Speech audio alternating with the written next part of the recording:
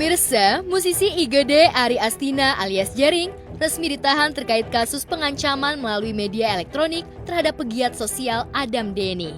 Pada saat tiba di kantor Kejaksaan Negeri Jakarta Pusat, Jering yang didampingi istri dan kuasa hukumnya sempat memberi sedikit statement kepada awak media. Suami Nora Alexandra tersebut mengungkap dirinya siap dan akan kooperatif terhadap segala proses hukum.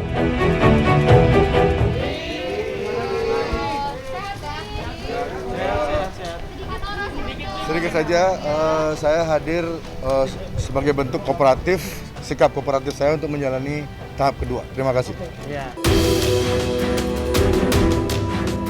Usai menjalani pemeriksaan selama beberapa jam, Jering akhirnya resmi ditahan selama 20 hari ke depan.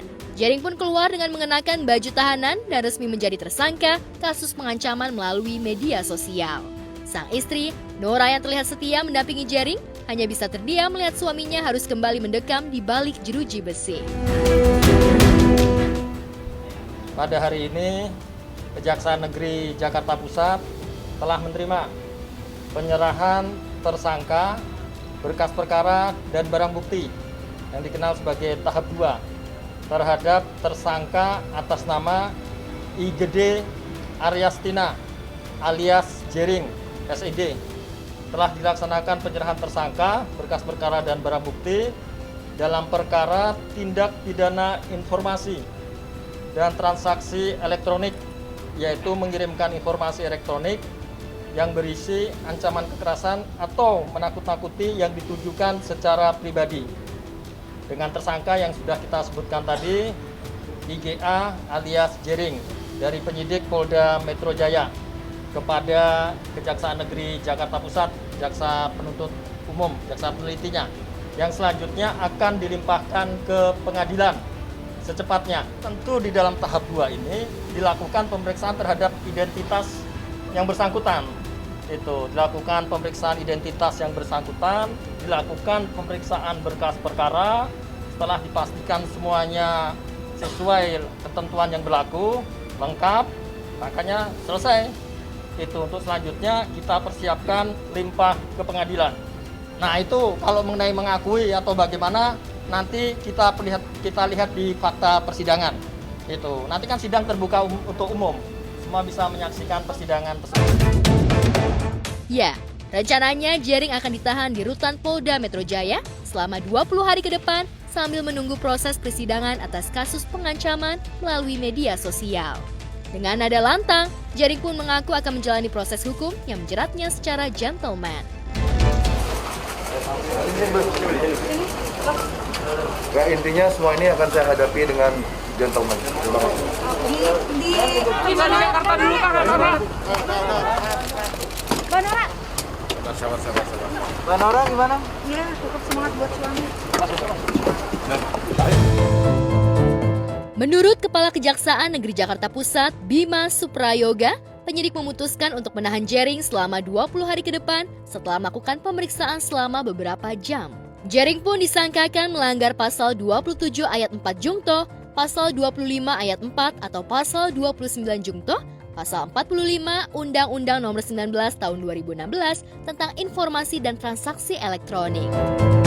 Tersangka disangkakan melanggar pasal 27 ayat 4, Junto pasal 45 ayat 4 atau pasal 29, Junto pasal 45B Undang-Undang Nomor 19 Tahun 2016 tentang perubahan atas Undang-Undang Nomor 11 Tahun 2008 tentang informasi dan transaksi elektronik.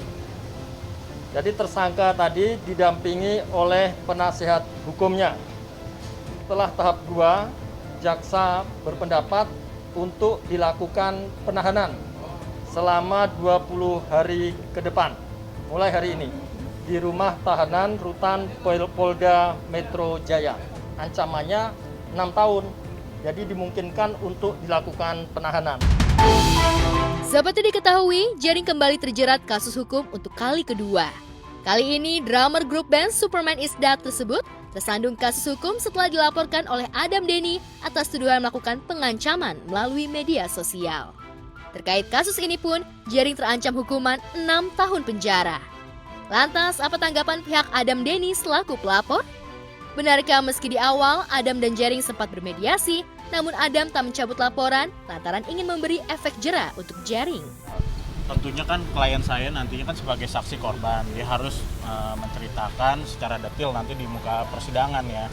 Apalagi ini kan pasalnya juga pasal 335 KUHP dan ada ITE-nya juga pasal 29 kan, junto 45B juga.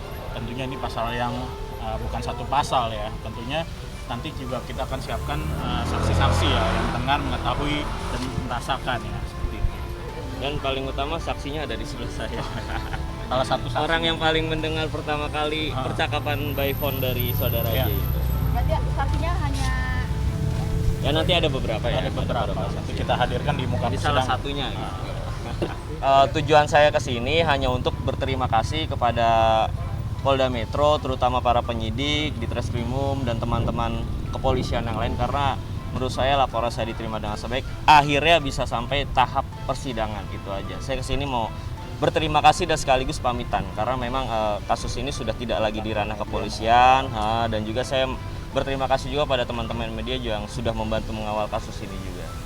Itu aja Pak. Kalau berbicara puas sih, puas nggak puas saya sih biasa aja ya. Yang penting saya bisa memberikan efek jera karena memang saudara J ini sudah pernah merasakan hukuman waktu itu di Bali, tapi dia yang masih berulah, apalagi sampai bermasalah sama saya, padahal saya support dia kan waktu itu ke Bali.